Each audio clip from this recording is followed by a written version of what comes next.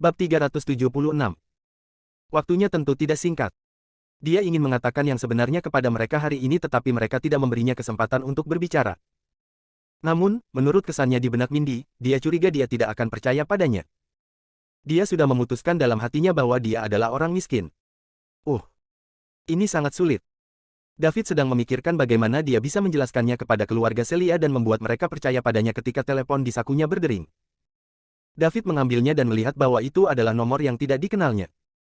Halo, David menekan tombol jawab dan berkata. Halo, Vulture 10, saya Spider 7. Seseorang baru saja menerima misi untuk membunuh Anda yang memiliki komisi 2 miliar di web gelap. Harap waspada selama periode berikutnya. Petik 2. Saya dapatkan, terima kasih. Terima kasih kembali. Setelah menutup telepon, matanya menyipit. Komisi 2 miliar, ya. Zakari benar-benar bertekad untuk membunuhnya. Dengan kekuatannya saat ini, dia akan membunuh semua pembunuh yang mencarinya. Namun, dia tidak bisa pergi menemui Celia selama ini, agar tidak menyakiti orang yang tidak bersalah. Selama beberapa hari ke depan, David akan menghabiskan setengah hari di Universitas Greenwood setiap hari sebelumnya. Istirahat secara bertahap dimulai di Greenwood University dan banyak siswa pergi dengan koper setiap hari. Alasan mengapa dia ingin kuliah di Greenwood University adalah karena Howard membocorkan keberadaannya kepada Zakari. Jika dia tidak datang ke Universitas Greenwood, dia khawatir bahwa meminta siapapun untuk informasi lebih lanjut. David ingin memancing si pembunuh keluar secepat mungkin jika terjadi sesuatu yang lain. Bagaimanapun, orang-orang yang akan menerima misi semacam ini tidak akan terlalu lemah. Namun, dia tidak mendapat apa-apa setelah 5 hari berturut-turut. Pada hari ke-6, saat David berjalan keluar dari pintu masuk Universitas Greenwood, kekuatan pikirannya yang kuat merasakan dua aura yang sangat kuat di dalam mobil yang berhenti tidak jauh. Kedua aura itu mirip dengan Blue Enchantress, dan mereka sudah setengah jalan menuju Dragon Rank. Bukankah para pembunuh bertindak sendiri? Mengapa ada dua dari mereka kali ini? David mengabaikannya dan terus mengemudi ke pinggiran kota. Benar saja, mobil hitam itu mengikutinya dari kejauhan sepanjang waktu. Sesampainya di tempat lama, David mulai memasang umpan dan memancing di sungai terpencil. Setelah dia selesai, dia menutup matanya, duduk di tempat, dan memancarkan kekuatan pikirannya secara ekstrim. Sekarang mobil itu telah menghilang dari jangkauan penginderaan David, itu mungkin sedikit lebih jauh. 1 jam kemudian. David masih belum bisa merasakan aura dari kedua pembunuh itu, jadi sepertinya keduanya masih sangat berhati-hati. Setelah beberapa saat, hari mulai gelap, jadi David bersiap untuk berkemas dan kembali. Tiba-tiba, David merasakan mobil hitam itu perlahan mendekatinya sebelum akhirnya berhenti di belakang mobilnya yang berjarak sekitar beberapa ratus meter darinya. Ada dua pria di dalam mobil. Salah satunya tinggi dan besar sementara yang lain pendek dan kecil. Itu adalah kombinasi yang aneh. Pria yang lebih kecil terus menatap David sementara pria yang lebih tinggi hendak mengeluarkan senjatanya. Namun, setelah pria yang lebih pendek itu berkedip, David menghilang. Oh tidak. Pria yang lebih pendek terkejut. Sebelum dia bisa mengatakan apa-apa, seseorang berjongkok di kap mobil menatap keduanya. Kamu di sini untuk membunuhku, kan? Tanya David. Bab 377. Kedua pria itu memandang David di luar kaca depan dengan ngeri. Meskipun ada lapisan kaca di antara mereka, kata-kata David masih bisa terdengar jelas di telinga mereka. Segera setelah itu, David berkata, meskipun 2 miliar banyak, Anda masih perlu hidup untuk dapat membelanjakannya, bukan? Bro, kami baru saja lewat sini dan ingin menanyakan arah, pria yang lebih pendek tergagap. Oh, petunjuk arah. Jalan apa yang kamu cari? Jika Anda mencari jalan menuju neraka, saya tidak hanya dapat memberitahu Anda, tetapi saya juga dapat membawa Anda ke sana. Anda. Tepat ketika kedua pria itu hendak bergerak, David menembus kaca depan yang tebal dengan tangannya, meraih ke dalam mobil, dan meraih bagian atas kepala mereka. Setelah dia mengerahkan sedikit kekuatan, David menghancurkan kedua tengkorak mereka. Mereka hanya bisa membuka mata lebar-lebar untuk menatap David dengan enggan. Mereka bahkan tidak tahu bagaimana mereka mati. Bukankah mereka mengatakan bahwa targetnya hanya di peringkat harimau? David melompat dari kap dan memanggil tim di Falcon yang bertanggung jawab atas akibatnya sebelum memanggil Lucas untuk melaporkan hal ini kepadanya. Dia hanya menunggu tim datang. Saat ini, di dalam markas Falcon, Lucas tercengang setelah menjawab panggilan David. Berdasarkan informasi yang telah dia kumpulkan selama berhari-hari, serta penyelidikannya sendiri di Provinsi South River, Lucas hampir 99% yakin bahwa Silverface adalah David. Karena masalah ini terlalu penting, dia memutuskan untuk mengurus masalah ini sendiri. Lucas yakin bahwa wajah perak adalah David karena satu orang. Paul, wakil kapten kedua Red Flame Mercenaries. Paul berasal dari Provinsi South River di Summerland. Dia pergi ke luar negeri lebih dari 10 tahun yang lalu dan telah tinggal di Chaosland. Namun, dia kembali ke provinsi South River di Summerland 6 bulan lalu karena ibunya sakit parah. Saat itulah dia bertemu David sebelum dia mulai bekerja untuknya. Setelah dia menghentikan David dari membunuh saudara-saudara Chasez, Paul dikirim oleh David ke Chaosland untuk membentuk Red Flame Mercenaries. Ketika David kembali ke provinsi South River, dia sebenarnya pergi ke Chaosland dan kemudian bekerja sama untuk menyerang Dark Cape. Semuanya telah jatuh ke tempatnya. Satu-satunya hal yang tidak bisa dia pahami adalah kekuatan David. Pada usia 22 tahun, dia telah mencapai alam melampaui puncak peringkat naga. Tidak ada yang akan percaya bahkan jika dia memberitahu mereka.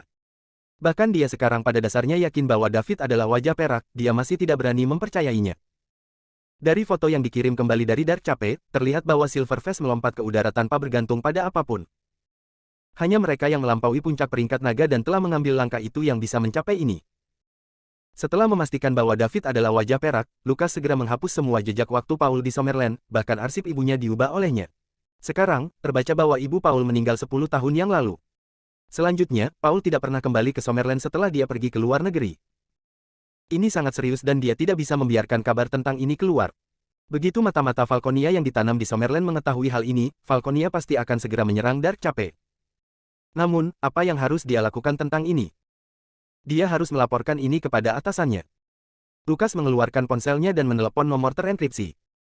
Lucas, suara seorang lelaki tua terdengar dari telepon. Kapten, saya memiliki sesuatu yang penting untuk didiskusikan dan saya perlu bertemu dengan Anda, kata Lucas. Kamu tahu aku tidak dalam kesehatan yang baik baru-baru ini. Aku tahu siapa wajah perak itu. Tetap di sana, aku akan mengirim seseorang untuk menjemputmu. Oke. Lucas menutup telepon dan menarik napas dalam-dalam. Dia akan melihat lelaki tua legendaris itu. Saat ini, dia merasa bersemangat. Bab 378. David tidak menunggu lama sebelum tim Falcon yang bertanggung jawab atas kejadian itu tiba dengan helikopter. Setelah serah terima, David pergi. Dia tidak tahu bahwa identitasnya telah diketahui oleh Kapten Lucasnya.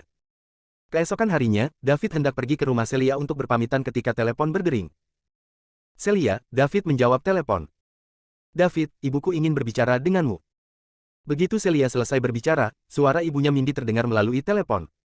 David, apakah kamu sudah kembali ke provinsi South River? Tanya Mindy di telepon. Tidak buyang, saya masih di ibu kota, jawab David.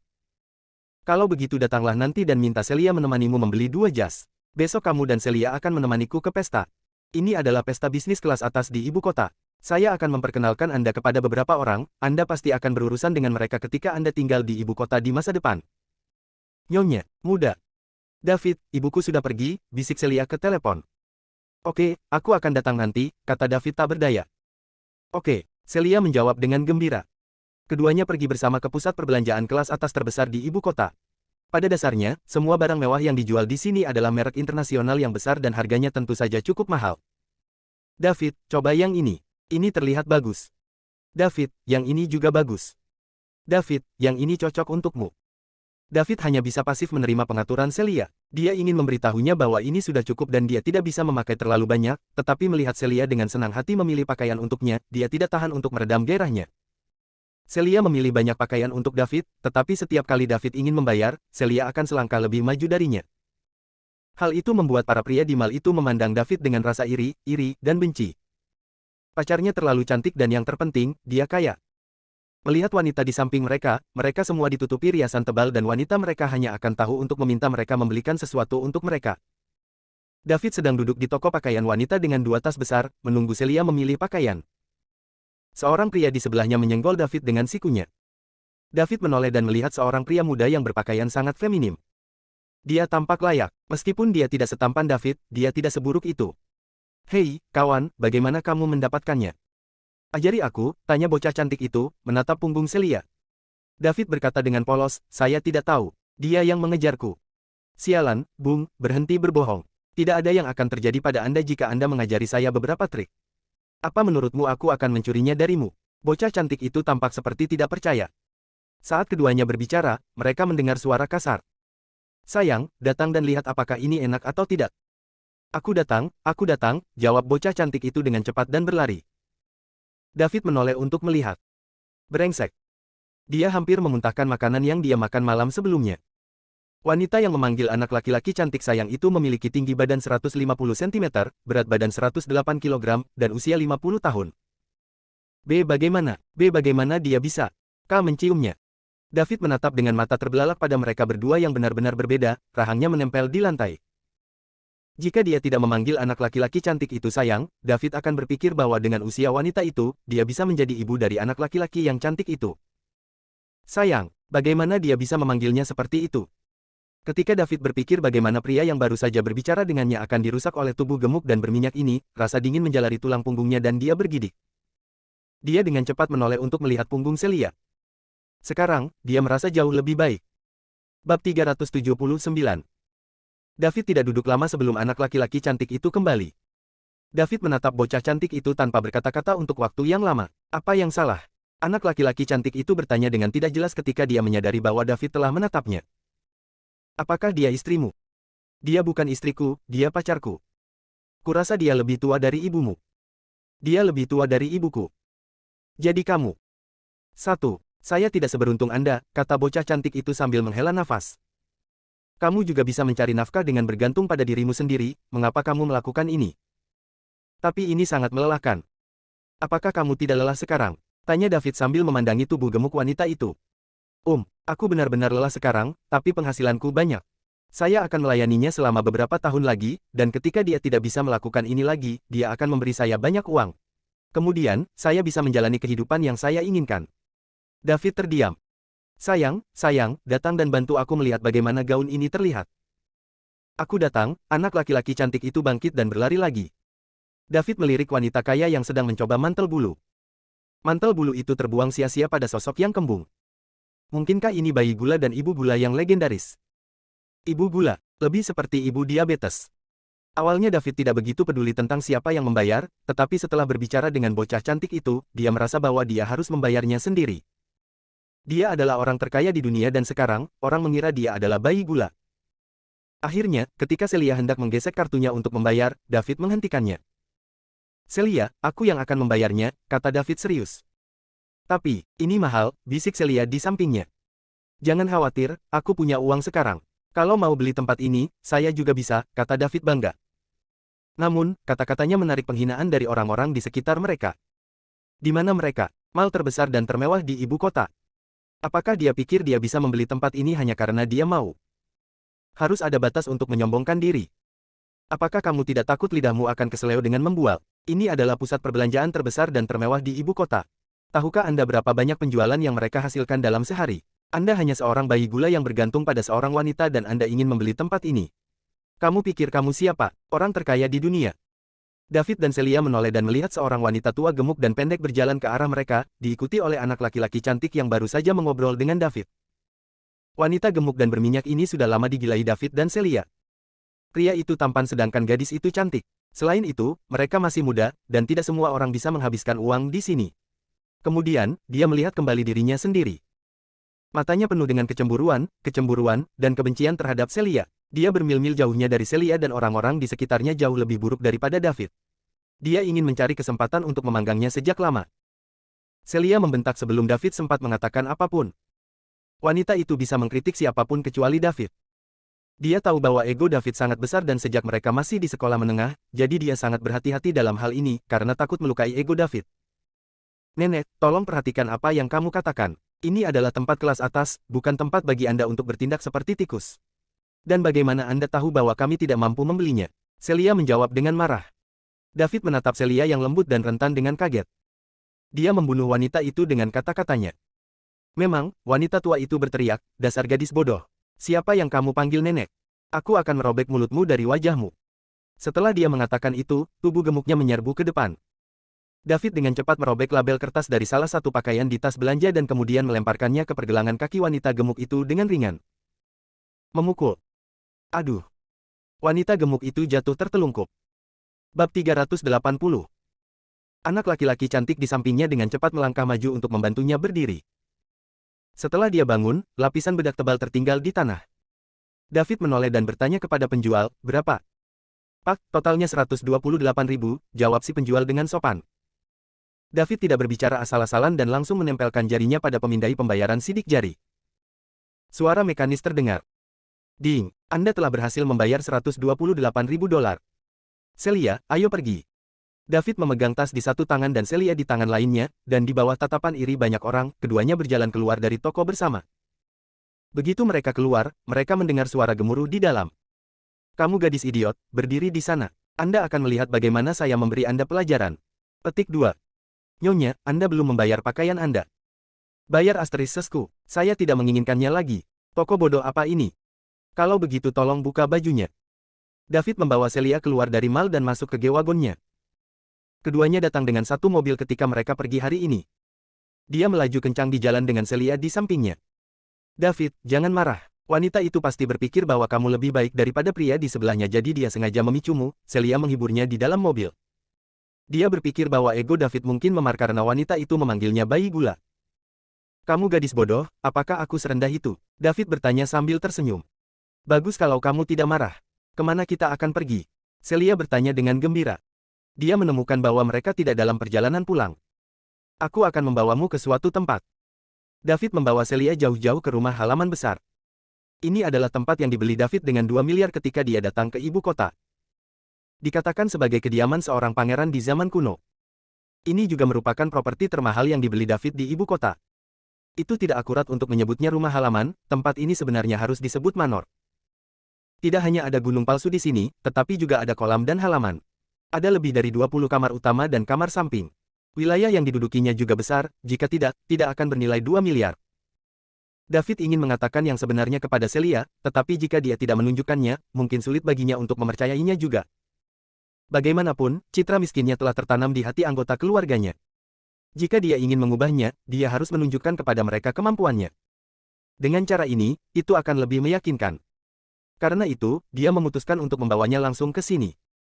Tempat tinggal senilai 2 miliar cukup meyakinkan, kan? David menghentikan mobil di depan pintu. Celia, tunggu aku. Kemudian, dia mencari kunci di bagasi. Dia telah melemparkan semua kunci rumahnya ke bagasi. Setelah menemukannya, dia berjalan ke kursi penumpang untuk membuka pintu. Celia, keluar sekarang.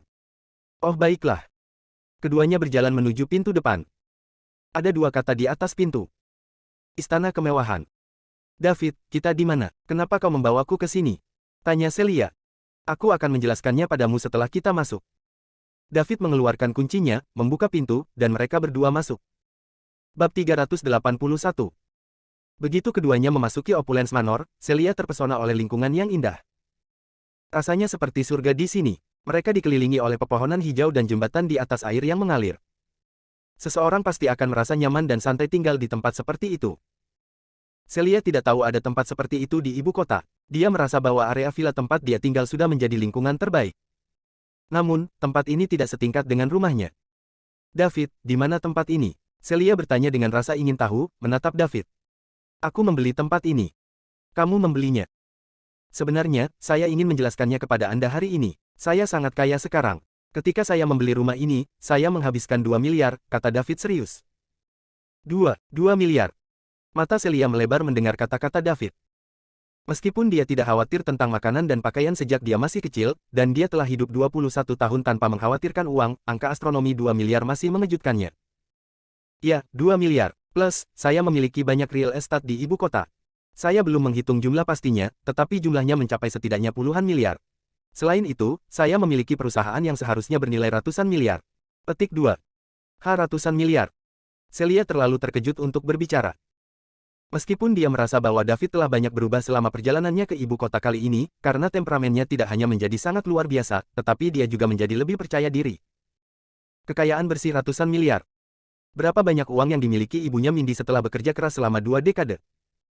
Mungkin bahkan tidak 1% dari apa yang dimiliki David. Sebenarnya, saya akan memberitahu Anda dan orang tua Anda beberapa hari yang lalu, tetapi Nyonya yang tidak pernah memberi saya kesempatan, jadi saya akan memberitahu Anda terlebih dahulu.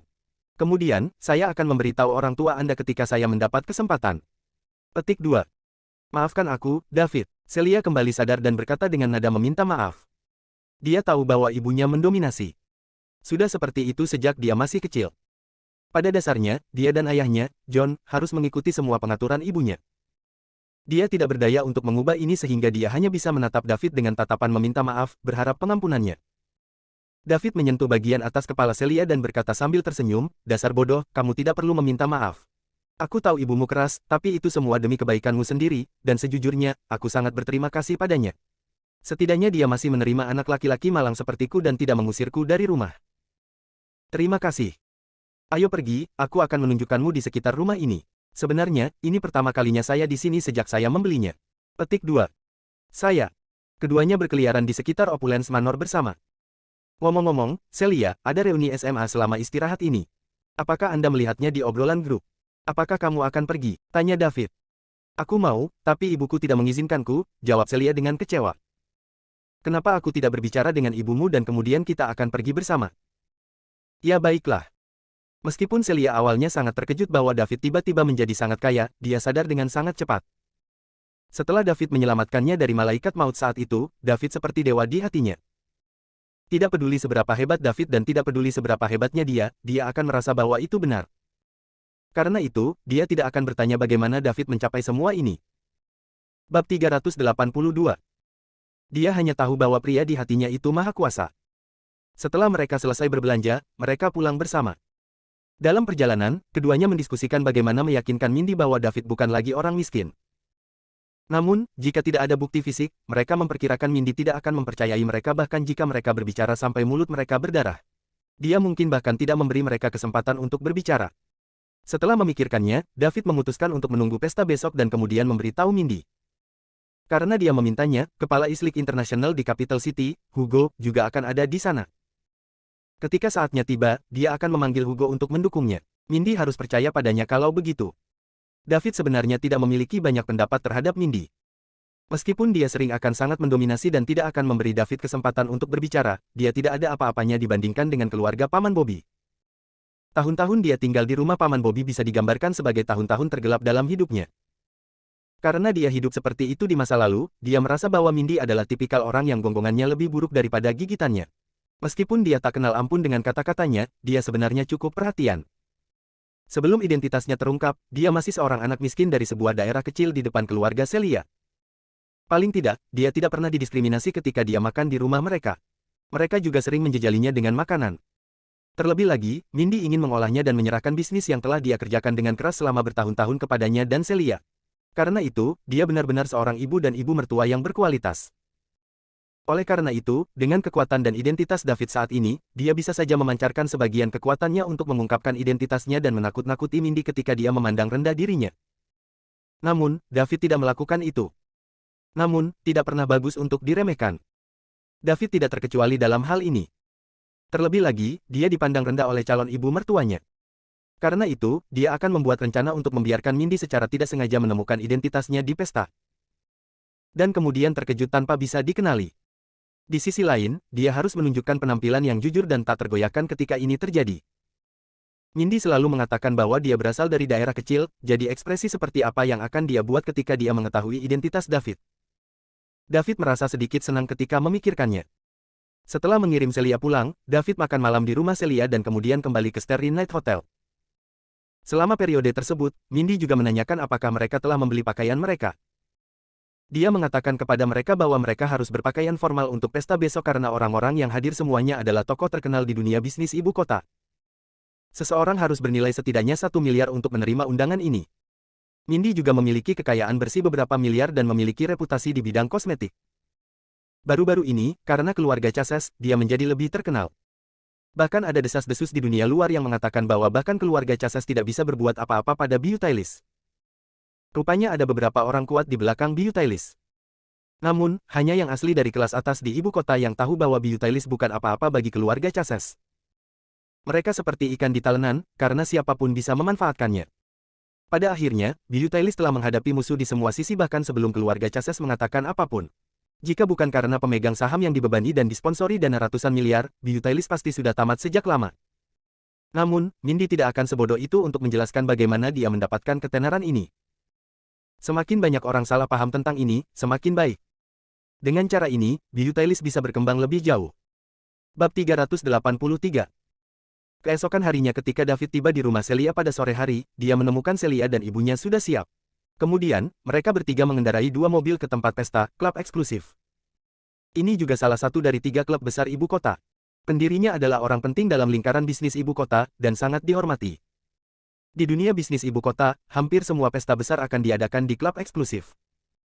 David mengendarai Mercedes-Benz G-Wagonnya sementara Mindy mengendarai Porsche edisi terbatas coupe miliknya, yang diperkirakan bernilai setidaknya puluhan juta. Sementara itu, Celia duduk di kursi penumpang Porsche. Celia ingin duduk di mobil David, tetapi Mindy menghentikannya dan memaksanya masuk ke mobilnya. Rombongan 3 orang pergi ke tempat parkir klub eksklusif dan memarkir mobil mereka di bawah bimbingan satpam. Ketika David sampai di sana, dia menemukan bahwa Mercedes-Benz G-Wagon miliknya adalah mobil terburuk, dan mobil sport seharga puluhan juta dolar dapat dilihat hampir di mana-mana di sini. Juga tidak jarang melihat yang bernilai lebih dari puluhan juta. Melihat mata satpam yang menghina, David tidak peduli. Bagaimanapun, statusnya jelas. Dengan status dan identitasnya saat ini, itu akan membuatnya terlihat murahan jika dia marah karena masalah sepele seperti itu. Namun, Mindy sedikit tidak senang. Dia adalah orang yang sangat peduli dengan citra. Setelah keluar dari mobil, dia meraih Celia dan berjalan di depan. Celia hanya bisa menoleh untuk melihat David tanpa daya, sementara David hanya bisa mengikuti di belakang. Jika dia tahu ini akan terjadi, dia akan mengirim Bugatti-nya ke ibu kota. 2. Ketiganya memasuki klub eksklusif satu demi satu. Saat mereka memasuki aula, Mindy masih menunggu David. Karena dia tidak memiliki kartu undangan, David tidak bisa masuk sendiri dan harus masuk bersama Mindy. Harus dikatakan bahwa Mindy dan putrinya seperti pemandangan yang indah. Jika Mindy bisa melahirkan wanita cantik seperti Celia, dia sendiri juga tidak seburuk itu. Ditambah lagi, dia adalah seorang penjual kosmetik, jadi dia akan lebih memperhatikan perawatan kulit. Meskipun dia ada di dalam dirinya 40-an, dia masih tampak seperti berusia 30-an. Dia tampak seperti ibu Celia dan juga saudara perempuannya ketika dia berdiri di samping putrinya. Ketika mereka masuk ke aula mewah, banyak orang sudah berkumpul di sana. Sebagian besar dari mereka berusia parubaya dan mereka membawa seorang anak muda bersama mereka saat mereka mengobrol dengan orang lain yang juga terdiri dari kombinasi yang sama. Mungkin saja mereka memperkenalkan ahli waris atau anggota keluarga mereka satu sama lain. Tujuan utama dari pesta bisnis itu sebenarnya agar orang-orang bisa saling mengenal sehingga bisa menjalin kerjasama yang lebih baik dan lebih erat. Sementara mereka melakukannya, mereka akan membawa keluarga atau pewaris mereka untuk melihat dunia. Banyak pesta seperti itu diadakan setiap tahun. Tentu saja, ini juga dibagi menjadi beberapa lingkaran. Ada banyak kalangan di komunitas bisnis ibu kota. Yang paling kuat secara alami adalah lingkaran yang dibentuk oleh keluarga besar. Pada saat ini, David dan yang lainnya berpartisipasi dalam lingkaran paling elit selain dari lingkaran keluarga aristokrat. Tidak lama setelah ketiganya masuk, seseorang menyapa mereka. "Mes Graham, Anda di sini. Kami telah menunggumu begitu lama," kata seorang pria parubaya. Di sebelah pria parubaya adalah seorang wanita parubaya dan seorang pria berusia 26 atau 27 tahun. Mereka adalah Joshua dan keluarganya, yang sebelumnya pernah ke rumah Celia. Houston, halo." Mindy juga menjawab dengan sopan. "Halo, Nyonya muda, Celia, lama tidak bertemu," kata Joshua kepada pasangan ibu dan anak itu. Setelah dia mengatakan itu, mata Joshua berbinar ketika dia melihat Celia. Namun, Celia tidak mengatakan apa-apa. Ketika David memasuki aula, dia menjaga jarak 2 hingga 3 langkah dari pasangan ibu dan anak itu. Jadi, bahkan ketika Joshua dan keluarganya memperhatikan David, mereka tidak berpikir bahwa dia bersama Mindy. "Mindy, sudah lama sekali kita tidak bertemu. Ayo, mari kita mengobrol. Tinggalkan anak-anak sendirian untuk bergaul satu sama lain," kata ibu Joshua. Bab 384. Dia awalnya memiliki hubungan yang baik dengan Mindy, tetapi selama ini, keluarga Mindy ditekan oleh keluarga Chases. Karena keluarga Houston jauh lebih buruk daripada keluarga kelas 1 seperti keluarga Chases, mereka tidak berani menawarkan bantuan apapun jika mereka terlibat. Namun, dia mendengar desas-desus bahwa keluarga Mindy memiliki pendukung besar yang telah menjatuhkan keluarga Chases. Jadi, dia secara alami ingin memulihkan hubungan sebelumnya dengan Mindy. Akan lebih baik jika mereka bisa menjadi mertua. "Maaf, saya masih memiliki sesuatu untuk dilakukan, mari kita bicara lain kali ketika kita memiliki kesempatan." "Daud." Mindy menolak undangan ibu Joshua dan memanggil David. "Nyonya muda," David melangkah maju dan menjawab. "Izinkan saya memperkenalkan Anda, ini adalah David, pacar putri saya Celia dan calon menantu saya. Kami memiliki hal lain yang harus dilakukan, jadi aku tidak akan mengganggumu lagi." Setelah itu, Mindy pergi bersama David dan Celia, meninggalkan Joshua dan keluarganya dengan ekspresi tidak menyenangkan di wajah mereka. Ini terutama berlaku untuk Joshua. Saat dia melihat punggung David, dia menjadi sedikit gila karena cemburu. Mindy melakukannya karena suatu alasan, tentu saja. Ketika keluarga Mindy dipukuli oleh keluarga Chases, dia memanggil ibu Joshua, tetapi pihak lain menolaknya tanpa berpikir 2 kali. Dia bahkan tidak memberi Mindy kesempatan untuk berbicara. Saat dia menjawab telepon, dia memberitahu Mindy bahwa keluarga Houston tidak dapat membantunya, jadi dia harus berhenti menelepon. Dia sangat menentukan. Mindy tidak ingin dia banyak membantu karena dia tahu bahwa keluarga Houston tidak bisa berbuat apa-apa terhadap keluarga Chases. Dia hanya ingin bertanya kepada keluarga Houston apakah mereka mengenal keluarga lain yang berselisih dengan keluarga Chases. Jika Mindy bisa menghubungi mereka, dia ingin melihat apakah dia bisa menjual saham Beautyliss ke pihak lain dengan harga murah. Saat itu, menurutnya, satu-satunya yang berani membeli saham Beautyliss untuk membuat marah keluarga Chases adalah saingan keluarga Chases. Namun, keluarga Houston bahkan tidak memberinya kesempatan untuk berbicara. Karena itu, Mindy tidak memiliki kesan yang baik tentang keluarga Houston sekarang.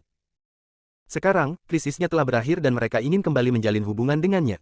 Ditambah lagi, mereka bahkan ingin menikahi putrinya. Mereka pasti sedang bermimpi. Mindy membawa David dan Celia untuk menyapa banyak rekan di aula. Dia juga akan memperkenalkan David dan Celia, dan sepertinya dia benar-benar berencana untuk membudidayakan mereka sehingga mereka bisa mengambil alih. Meskipun David bekerja sama sepanjang jalan, dia juga mencari Hugo sepanjang waktu.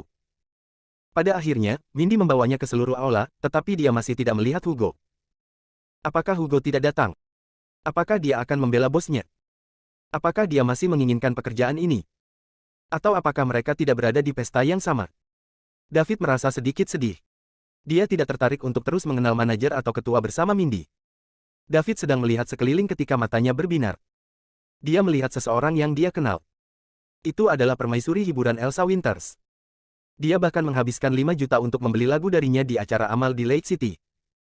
Dia masih harus mengingatnya, kan?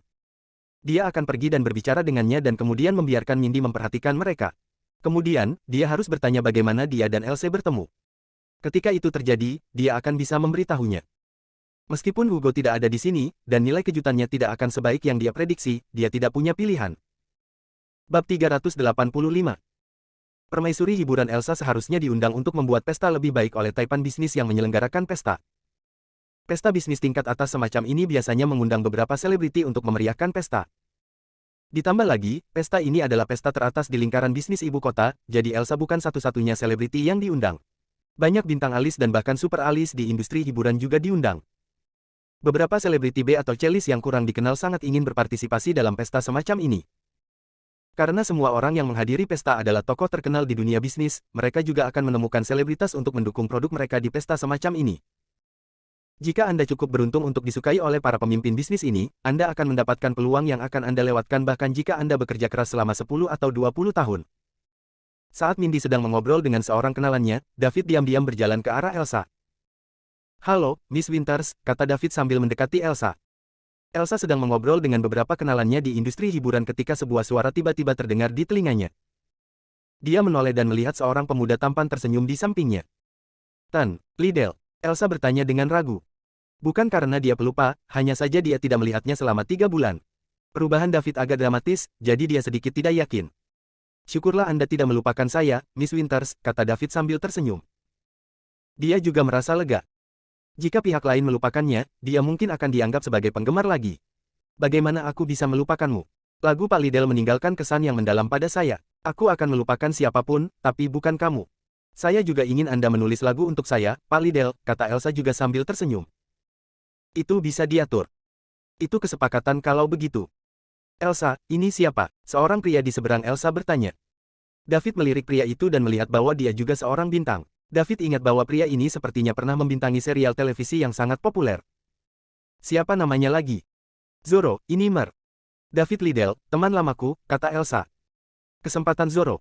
"Ya, David ingat sekarang. Namanya memang Zoro. Dia tampaknya sangat populer di kalangan anak muda.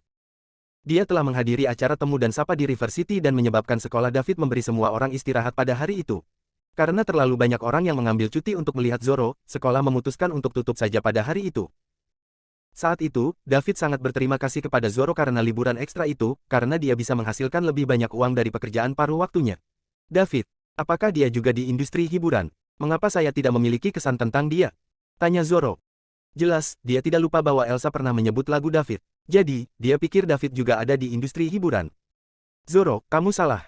Tuan Liddell tidak berkecimpung dalam industri hiburan. Sebaliknya, dia seorang dermawan." "Dermawan, bagaimana?" "Terakhir kali di Lake City, Pak Liddell tidak hanya menghabiskan 5 juta untuk membeli lagu dari saya, dia bahkan menghabiskan 100 juta untuk membeli lagu sendiri untuk disumbangkan kepada anak-anak di daerah pegunungan yang miskin. Ditambah lagi, Mer, Liddell menulis lagu itu sendiri. Ini sangat bagus. Dia menghabiskan 100 juta untuk membeli lagunya sendiri." Saat ini, tidak hanya Zoro yang menatap David dengan kaget, bahkan selebriti lainnya juga memiliki ekspresi heran. Mereka semua berkecimpung di industri hiburan jadi, tentu saja, mereka akan sering menghadiri acara amal semacam ini. Terkadang, mereka juga menyumbangkan lagu atau tarian. Uang yang mereka dapatkan kemudian akan diinvestasikan ke dalam yayasan. Setara dengan donasi langsung 100 juta. David jelas merupakan seseorang yang tidak kekurangan uang. Dia mungkin anak dari keluarga bangsawan. Bab 386. Hanya orang-orang seperti mereka yang bisa memiliki begitu banyak kekayaan di usia ini. Beberapa selebritas wanita mulai menatap David sambil melamun. Ayah gula. Ayah gula mutlak. Anda terlalu baik, Nona Winters. Saya hanya melakukan bagian saya untuk membantu sebanyak yang saya bisa. Untuk menyanyi, kemampuan amatir saya hampir tidak bisa dibandingkan dengan profesional seperti Anda, kata David dengan rendah hati. Kamu terlalu rendah hati, Tuan Liddell. David, bagaimana Anda bisa sampai di sini? Ibuku mencarimu kemana-mana.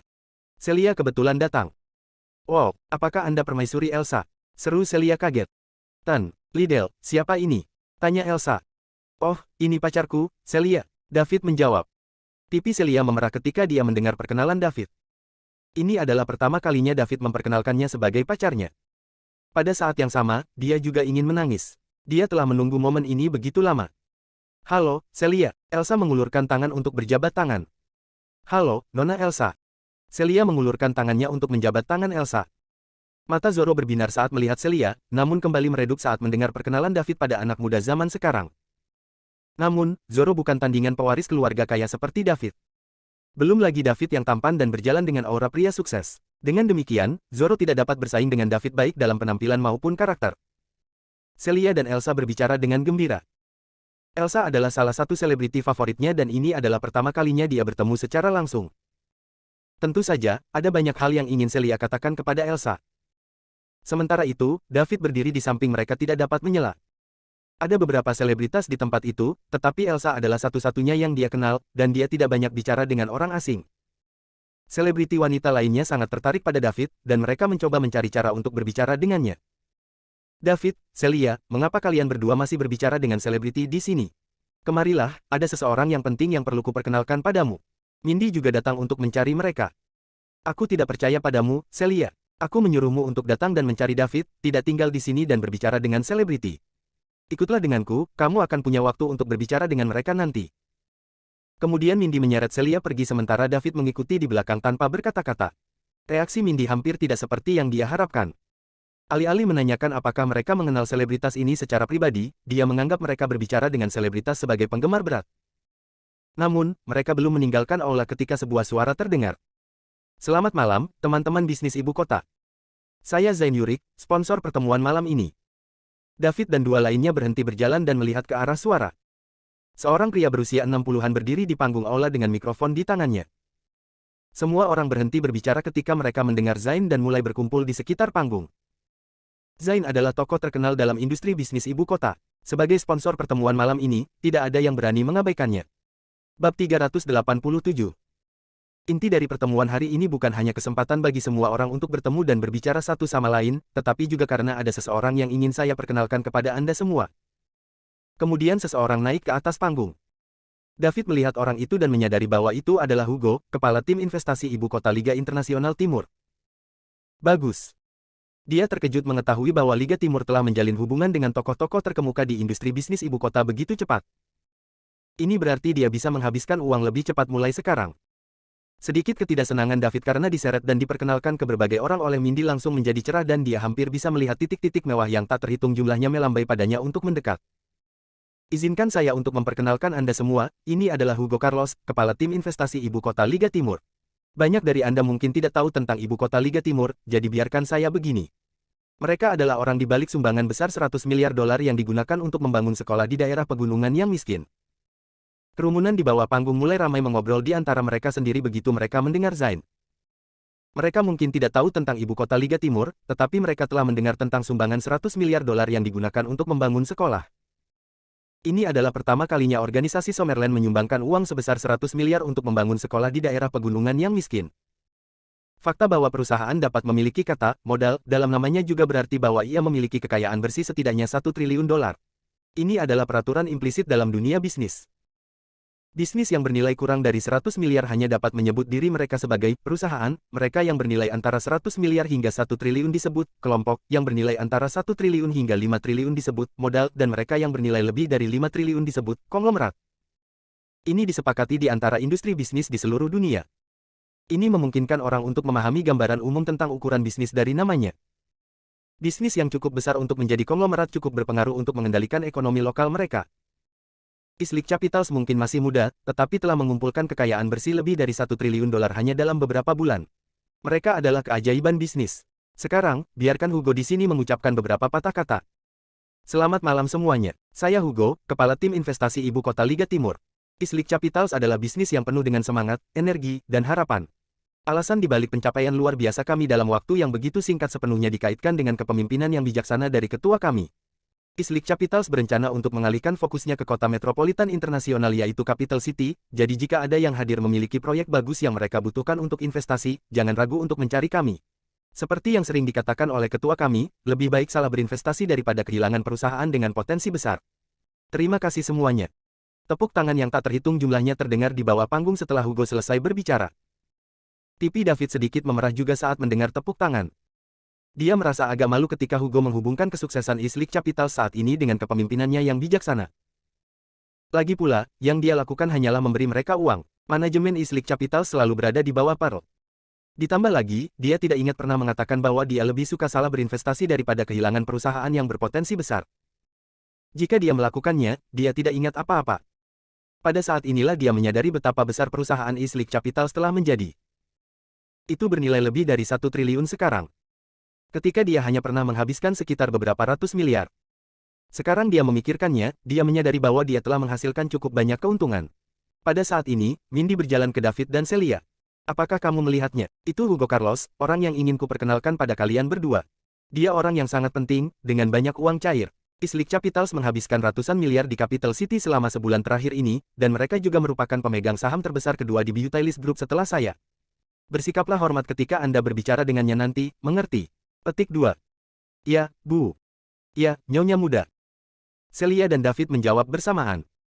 David tidak menyangka Hugo menjadi orang yang ingin diperkenalkan Mindy kepada mereka. Jika itu masalahnya, dia tidak perlu mencari Elsa sama sekali. Yang harus dia lakukan hanyalah menunggu dan Mindy akan menemukan kekayaannya yang sebenarnya. HC Property Group akan bekerja sama secara mendalam dengan Islip Capital kali ini untuk berusaha mencapai hasil yang lebih baik lagi. Tentu saja, siapapun yang memiliki proyek hebat yang membutuhkan investasi juga dapat mencari Liga Timur. Lagi pula, mereka sangat kaya dan sama sekali tidak pelit dengan investasi mereka. Baiklah, sekarang setelah saya mengatakan apa yang saya inginkan, saya akan meninggalkan Anda semua untuk melanjutkan percakapan Anda. Semoga malammu menyenangkan, semuanya. Dengan itu, Zain turun dari panggung bersama Hugo. Para tamu di aula terus berbicara satu sama lain.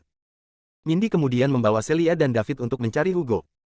Hanya untuk menyadari bahwa Hugo dan Zain telah pergi ke sebuah ruangan di belakang panggung untuk mendiskusikan sesuatu yang penting.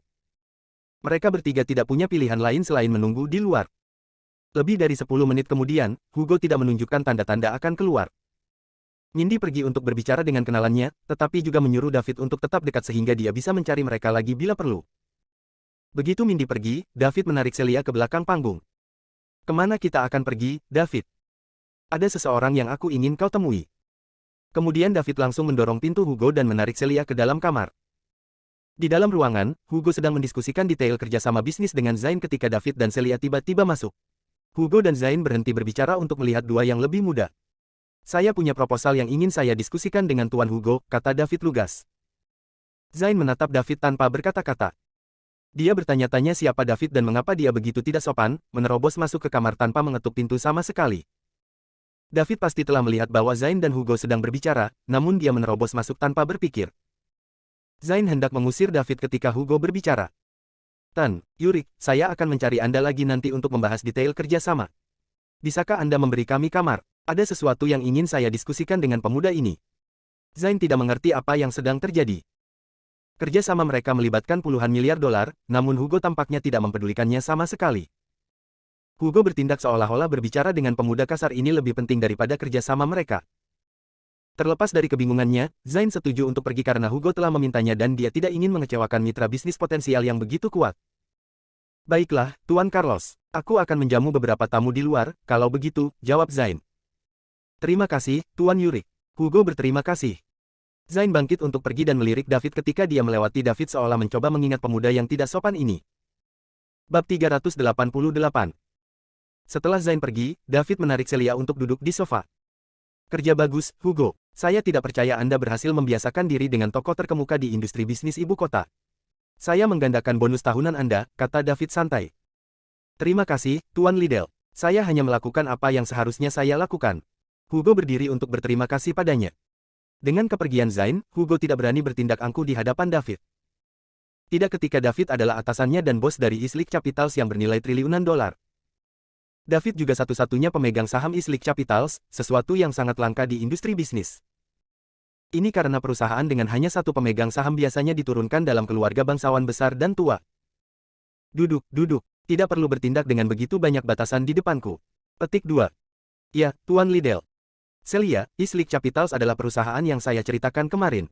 Perusahaan itu milik saya, dan saya satu-satunya pemilik, kata David kepada Celia. Celia sudah menebak sebanyak itu ketika David membawanya ke kamar, tetapi masih mengejutkan mendengar David mengatakannya sendiri. Menurut David, perusahaan itu hanya bernilai beberapa ratus miliar kemarin, tetapi bernilai lebih dari 1 triliun hari ini. Hugo, apakah Anda mengenal seorang wanita bernama Mindy Graham? David bertanya kepada Hugo setelah berterus terang tentang identitasnya dengan Celia. Siapa Mindy Graham? Hugo bertanya. Itu adalah perusahaan yang menjual produk makeup. Apa namanya lagi? Grup Cantik, jawab Celia. Yang itu, dia adalah ketua dari Beautylist Group. Saya pikir Anda membeli sahamnya, tanya David. Grup Cantik, aku ingat sekarang. Saya memang membeli sahamnya, dengan harga yang sangat rendah juga. Saya ingat memasukkan dana ekstra miliaran atau lebih, dengan syarat saya akan memegang lebih banyak saham Beautylist Group jika saya tidak mengembalikan prinsip dan bunga saya dalam setahun. Jawab Hugo. Ketua Beautylist Group ada di luar sekarang. Pergi dan panggil dia di dalam. Petik 2. Ya, Tuan Liddell. Hugo bangkit untuk pergi. Tidak perlu benar-benar mencarinya, cukup berdiri di luar dan dia akan datang kepadamu. Yang perlu Anda lakukan adalah membawanya ke sini ke ruangan ini. Petik 2. Ya, Tuan Liddell. Hugo meninggalkan ruangan untuk menunggu di aula. Mengikuti instruksi David, Hugo berdiri di tempat dan menunggu Mindy mencarinya. Namun, dia tidak berdiri lama ketika orang banyak mulai berkumpul di sekelilingnya. Halo Pak Carlos, saya dari XXX, ini kartu nama saya. Saya ingin berbicara dengan Anda kapanpun Anda senggang. Halo, Pak Carlos, saya dari XXX. Perusahaan kami memiliki proyek besar yang membutuhkan mitra. Ini kartu nama saya, mungkin kita bisa mendiskusikan detailnya kapanpun Anda senggang. Petik 2. Halo, Tuan Carlos, aku. Halo, Tuan Carlos, aku. Hugo merasa tidak bisa berkata-kata. Jika ini adalah hari lain, dia akan sangat tertarik untuk berbicara dengan orang-orang ini. Terutama ketika metode investasi David adalah, siapa saja dan semua orang, dan uang bukanlah masalah. Namun, David sedang menunggunya hari ini dan dia tidak berani membuat atasannya menunggu sia-sia di dalam ruangan. Sementara Mindy berbicara dengan beberapa kenalannya, dia juga menunggu Hugo keluar. Ketika dia melihat Hugo keluar, Mindy mulai mencari David dan Celia. Hanya untuk datang dengan tangan kosong setelah melihat sekeliling aula. Dia kesal, dia telah mengatakan kepada mereka untuk tetap dekat, tetapi mereka tidak mendengarkan sama sekali. Sekarang mereka hilang ketika dia membutuhkannya. Tetap saja, dia memutuskan untuk menyapa Hugo terlebih dahulu, jangan sampai dia menghilang lagi dalam sekejap. Halo, Tuan Carlos, kita bertemu lagi. Mindy berjalan ke arah Hugo dan menyapanya. Hugo memandang Mindy dan dengan cepat mencoba mengingat identitasnya, lalu dia memastikan bahwa dia memang ketua Beautylist Group dan orang yang David ingin dia bawa. Apakah Anda Mes Graham dari Beautylist Group? Hugo bertanya. Dia mengkonfirmasi lagi, takut dia mencampur adukannya dengan seseorang dari perusahaan lain yang diinvestasikan oleh Liga Timur. Saya, terima kasih telah mengingat saya, Tuan Carlos. Kata Mindy senang. Sempurna, ada sesuatu yang perlu saya bicarakan dengan Anda, Nona Graham. Silakan ikuti saya, terima kasih atas kartu nama Anda, semuanya. Saya akan menghubungi Anda di lain hari. Terima kasih telah mempercayai Islik Capitals. Dengan itu, kerumunan menghilang setelah menyerahkan kartu nama mereka kepada Hugo. Bisakah Anda memberi saya waktu sebentar, Tuan Carlos? Saya bersama putri dan menantu saya, izinkan saya mencari mereka. Saya berharap untuk memperkenalkan mereka kepada Anda. Petik 2. Tidak perlu, silakan ikuti saya. Setelah itu, Hugo pergi. Dia tidak bisa membuat David menunggu terlalu lama. Mindy tidak punya pilihan selain mengikuti, sambil memarahi David dan Celia secara internal. Mereka hanya harus menghilang selama kesempatan besar ini untuk bertemu seseorang yang kuat. Hugo membawa Mindy ke bagian belakang aula dan melewati koridor yang sepi. Hati Mindy tergagap, dia punya firasat buruk tentang ini. Dia bertanya-tanya apakah Hugo berencana melakukan sesuatu padanya, dengan bagaimana dia menolak ketika dia meminta untuk membawa Celia dan David. Mindy percaya diri dengan penampilannya, mengetahui bahwa dia memiliki penampilan berusia 30 tahun ketika dia sudah berusia 40-an. Dia tahu dia sangat menarik di antara wanita dewasa dan Hugo juga berusia 40-an. Dia bisa mengembangkan perasaan untuknya. Mindy tidak tahu harus berbuat apa. Dia takut Hugo akan memaksakan dirinya ke dia begitu dia membawanya ke ruangan kosong. Meskipun tidak mungkin, mereka semua adalah tokoh terkemuka di industri ini, jadi itu bukan tidak mungkin. Mindy menolak untuk membiarkan hal seperti itu terjadi. Dia setia pada suaminya. Namun, dia juga tidak bisa membuat keributan dan menarik perhatian. Tidak ketika Hugo adalah perwakilan dari Islik Capitals, sebuah perusahaan yang tidak hanya merupakan pemegang saham besar di Beautylist Group, tetapi juga sebuah perusahaan yang berutang $1 miliar kepada Beautylist Group. Jika Beautylist Group tidak dapat membayar utang dalam setahun, Islik Capitals akan menjadi pemegang saham mayoritas Beautylist Group. Mindy tidak bisa menjadikan krediturnya musuh, juga tidak mau mengkhianati suaminya. Mindy merasa bertentangan. Banyak orang dalam industri bisnis menawarkan layanan kamar tidur dengan imbalan investasi. Jika bukan karena hubungan suami dan atasan lamanya di ibu kota, Beautylist Group tidak akan berkembang begitu lancar ketika dia pertama kali memulai bisnisnya. Pada saat ini, Mindy memarahi David dan Celia secara internal lagi. Lagi pula, Hugo tidak akan memiliki kesempatan untuk melakukan sesuatu yang salah jika mereka berdua ikut dengannya. Dia ditempatkan dalam posisi reaktif sekarang, tidak mampu mengendalikan situasi dan terjebak di antara batu dan tempat yang keras. Setelah beberapa saat konflik, Mindy memutuskan bahwa dia akan mengikutinya terlebih dahulu. Lebih buruk menjadi yang terburuk, dia selalu bisa bangun dan pergi. Dia tidak peduli jika pergi akan membuat Hugo menjadi musuh Beautylist Group, tapi dia tidak akan mengkhianati suaminya bagaimanapun caranya. Bahkan jika itu merugikan grup kecantikannya. Dengan keputusan itu, Mindy merasa jauh lebih santai saat dia mengikuti Hugo. Tetap saja, tubuhnya menegang secara naluriah ketika dia mengikuti Hugo ke dalam ruangan. Bab 389. Mindy mengikuti Hugo ke dalam ruangan dengan gugup hanya untuk dikejutkan oleh apa yang dilihatnya. David dan Celia sedang mengobrol di kamar. Mindy bingung dengan apa yang dia lihat, dia bahkan berpikir ada yang salah dengannya. Mata. Mindy menggosok matanya tetapi bertemu dengan pemandangan yang sama. Mama, Celia menyapa ketika dia melihat Mindy. Silakan duduk, Nyonya Yang, sapa David juga. Mindy belum menyadari apa yang terjadi. Apa yang dia lihat selanjutnya memberinya kejutan lagi dan dia menolak untuk mempercayai matanya. Saat itu, Hugo berjalan untuk berdiri dengan hormat di belakang David. Apa yang sedang terjadi? Mindy merasa pikirannya berjalan berlebihan dan pemahamannya tentang dunia disegarkan. Ini adalah Hugo Carlos, kepala tim investasi ibu kota Liga Timur. Pria ini memegang sejumlah besar arus kas di tangannya dan menghabiskan lebih dari 100 miliar selama sebulan terakhir. Namun, saat ini pria ini berdiri dengan hormat di belakang David, sementara yang terakhir bertindak seolah-olah tidak ada yang salah. Mindy merasa pikirannya kosong dan pusing. Setelah duduk di sana dengan bingung, dia tidak mengajukan pertanyaan sebelum David menjelaskan. Nyonya Yang, saya hanya meminta Anda untuk datang untuk memberitahu Anda kebenaran tentang identitas saya, tidak banyak.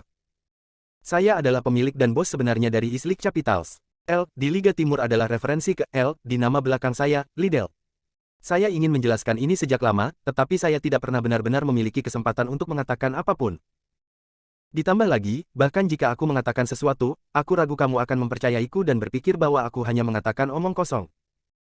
Jadi melihat Hugo ada di sini hari ini, sebagai kepala tim investasi ibu kota Liga Timur, saya yakin kata-kata saya lebih mungkin untuk dipercaya kali ini. Jika ada sesuatu yang ingin Anda ketahui, silakan tanyakan. Petik 2. Kemudian, David berhenti berbicara dan menunggu Mindy berbicara. Namun, pikiran Mindy sedang buffering sekarang. Dia tidak percaya apa yang dikatakan David tentang dia sebagai pemilik Islik Capitals.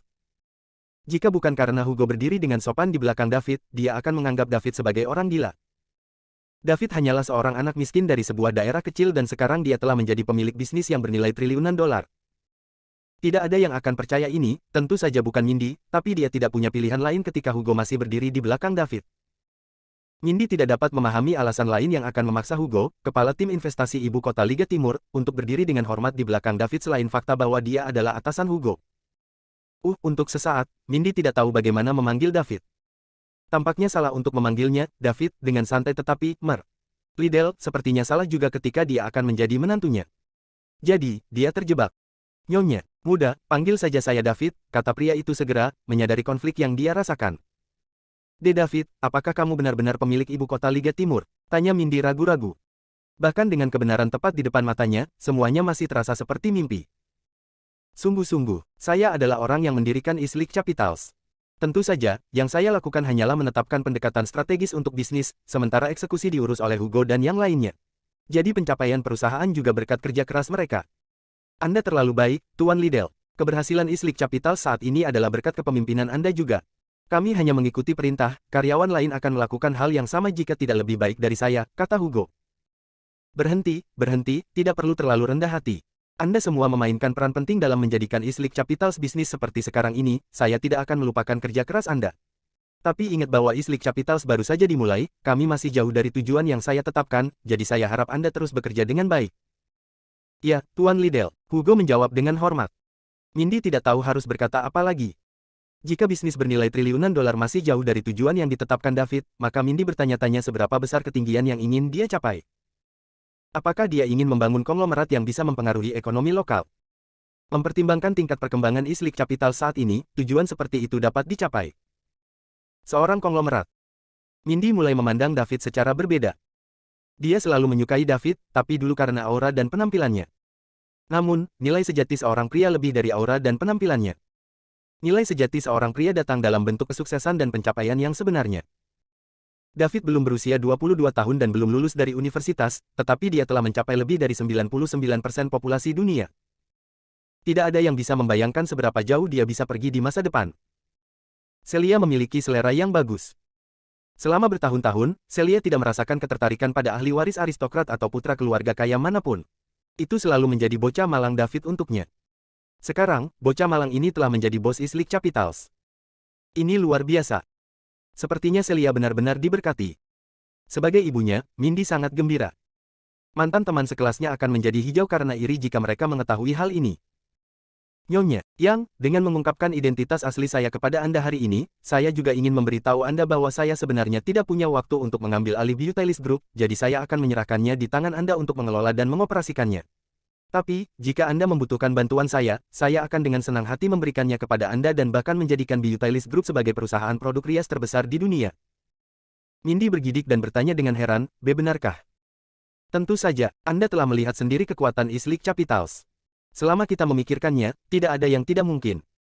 Kalau begitu, terima kasih, M. David. Mindy masih merasa tidak nyaman memanggilnya seperti itu.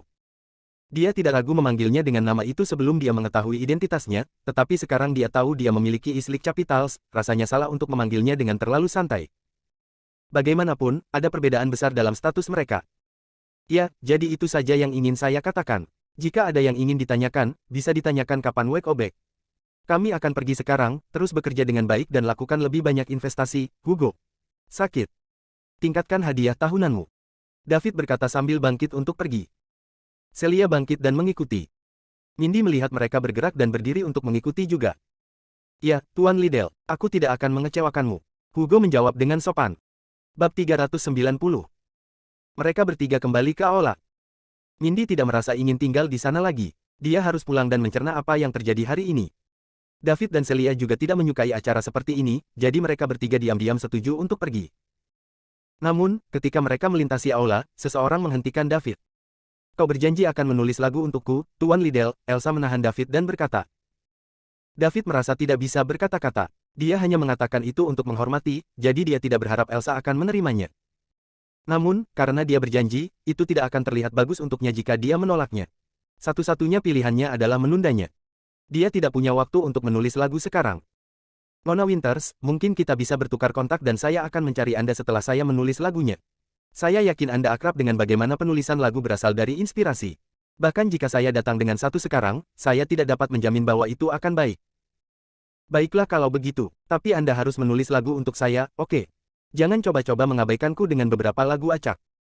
Ya, tentu saja, aku berjanji. Saya akan menghubungi Anda setelah selesai. Setelah bertukar kontak, David berjalan pergi. Mindy merasa agak tidak nyaman melihat David bertukar kontak dengan Elsa. Setelah mengetahui identitas asli David, setiap wanita yang mendekati David memberinya kesan bahwa mereka mencoba mencuri David dari Celia. Belum lagi David bukan lagi bocah malang yang pernah dia kenal. Mereka bertiga berpisah di tempat parkir. Hari sudah gelap dan David mengendarai Benz G-Class-nya kembali ke Starry Night Hotel sementara Mindy dan Celia pulang. Celia, apakah kamu tahu tentang identitas David sejak awal? Mindy bertanya sambil mengemudi. Saya baru tahu kemarin juga ketika David membawa saya ke halaman 2 miliar dolar yang dia beli. Itu terlihat sangat bagus, jawab Celia. Setelah menemukan kekayaan bersih David senilai triliunan dolar, tempat tinggal seharga 2 miliar dolar tidak lagi mengejutkan Mindy. Dia menepisnya sebagai sesuatu yang normal. Lalu kenapa kamu tidak memberitahuku tadi malam?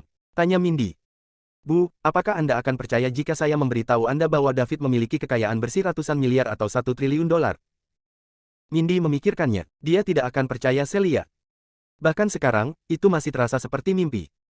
Pipi Mindy memerah karena malu ketika dia diingatkan tentang bagaimana dia memerintah David akhir-akhir ini. Memikirkan bahwa dia bahkan merencanakan agar David menikah dengan keluarganya dan menyerahkan Beautylist Group kepadanya untuk beroperasi. Dia pasti sudah gila. Untungnya, sekeras apapun dia tidak mencoba mengusir David dari rumah atau memaksanya untuk putus dengan Celia. Hanya Tuhan yang tahu betapa dia akan menyesalinya sekarang jika dia melakukannya. Dia adalah menantu yang terlalu hebat untuk dilewatkan. Kembali ke rumah, John sedang menonton televisi di ruang tamu. Dia terkejut melihat Mindy dan Celia kembali begitu cepat. Kupikir kamu membawa Celia dan David ke acara itu. Mengapa kamu kembali begitu cepat? John bertanya. Naik ke atas dan istirahat, Celia. Ada sesuatu yang perlu aku bicarakan dengan ayahmu, kata Mindy kepada Celia, mengabaikan pertanyaan John. Oke. Celia setuju dan naik ke atas. Apa yang sedang terjadi? Kenapa kamu sangat tertutup? Sayang, apa pendapatmu tentang David? Mindy duduk dan bertanya. Apa maksudmu, apa yang kupikirkan? Tanya John bingung. Maksudku, apa pendapatmu tentang David? Apa pendapatmu tentang dia? Dari apa yang saya ingat, David anak yang baik. Mengapa? Apakah dia mengecewakanmu? Petik 2. Tidak, tapi apakah Anda yakin David berasal dari daerah kecil tempat Anda dulu bekerja? Apa yang tidak pasti, dia dan Celia dulunya adalah teman sekelas sekolah menengah.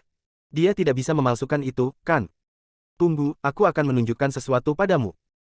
Kemudian, Mindy berlari ke kamarnya untuk mengambil laptopnya. Di laptop, dia mencari Islip Capitals. Dalam waktu singkat, informasi dasar tentang Islip Capitals muncul. Ibu kota Liga Timur. Nama lengkap, Perusahaan Terbatas Investasi Internasional Liga Timur. Lokasi terdaftar, South River City, South River Province. Kepribadian hukum, David Liddell. Ketua, David Liddell. Manajer umum, Pearl Warner. Di bawah ini adalah deskripsi singkat tentang investasi mempesona Islip Capital serta berbagai transaksi besar, seperti mendirikan yayasan dan menyumbangkan 100 miliar untuk membangun sekolah. Hingga saat itu, Islip Capital telah berinvestasi di ratusan perusahaan dengan berbagai ukuran dan menghabiskan lebih dari 100 miliar dolar. Itu juga mengumpulkan kekayaan bersih lebih dari 1 triliun dolar. Yang paling penting, perusahaan ini memiliki sejumlah besar arus kas dan telah menghabiskan beberapa ratus miliar di musim lalu. Uang tunai juga. Tidak ada yang tahu berapa banyak dana yang benar-benar dimiliki oleh Islip Capitals, tetapi itu sama kayanya dengan seluruh negara. Mindy menyerahkan hasil pencarian kepada John. John melirik sekilas. Jadi, apa itu? Bukankah kita sudah menjual saham kita ke Islip Capitals terakhir kali? Mengapa Anda menunjukkan ini kepada saya? John bertanya. Lihat lagi kepribadian dan ketua hukum Islip Capitals. John menoleh lagi dan tatapannya menyipit. Kepribadian hukum David Liddell. Dia tahu bahwa Mindy tidak akan menunjukkan sesuatu padanya tanpa alasan, jadi pasti ada maksud di balik ini. Apakah ini David Liddell yang sama yang selalu muncul? Pacar Celia, David Liddell. Tapi itu tidak mungkin, kan? Jangan bilang bahwa ketua Islip Capitals, David Liddell, adalah David Liddell yang sama dengan yang dikencani Celia. Tidak mungkin. John berkata dengan datar. Mereka adalah David Liddell yang sama, jawab Mindy dengan tenang. Itu tidak mungkin. John membantahnya dengan keras. Bagaimana mereka bisa menjadi orang yang sama? Tidak mungkin. Dia hanya anak laki-laki dari daerah kecil, dia bahkan belum lulus dari universitas. Bagaimana dia bisa menjadi pemilik perusahaan triliunan dolar? Anda pasti bercanda. Petik 2. Saya tidak berpikir saya mungkin ketika saya mengetahuinya sekarang juga. Reaksi saya bahkan lebih dramatis daripada reaksi Anda, tetapi selama acara hari ini saya melihat Hugo Carlos, kepala tim investasi ibu kota Liga Timur, memperlakukan David dengan sangat hormat. Itu fakta, dan tidak ada gunanya tidak mempercayainya.